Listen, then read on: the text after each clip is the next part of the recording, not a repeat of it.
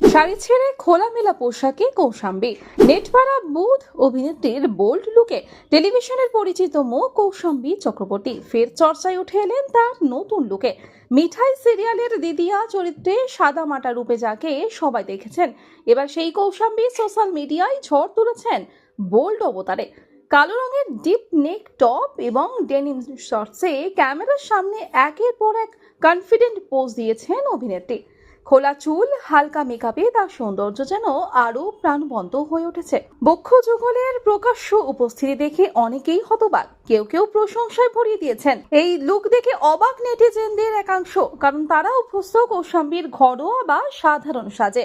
তবে অভিনেত্রী সোশ্যাল মিডিয়ায় এর আগেও নানা বোল্ড লুক শেয়ার করেছেন। পর্দায় যেমন সাহসী, বাস্তবেও তেমন কৌশাম্বী। গত বছর 9 মে মিঠাই খ্যাত নায়ক আদ্রিত রায়ের সঙ্গে গাঁটছড়া বাঁধেন তিনি। সদ্য তাদের প্রথম বিবাহবার্ষিকী বেরিয়েছে। এদিকে অভিনয়েও থেমে নেই কৌশাম্বী। ফুলকিতে পারমিতা এবং এখন রাজ চক্রবর্তীর গৃহপ্রবেশ সিরিয়ালে ডাক্তার মোহনা চরিত্রে তার খলনায়িকা রূপ দর্শকের নজর কেড়েছে। প্রতিদিনের এপিসোডেই টান টান উত্তেজনা। কৌশাম্বীর এই নতুন রূপে মুগ্ধ দর্শক অনুরাগীরা।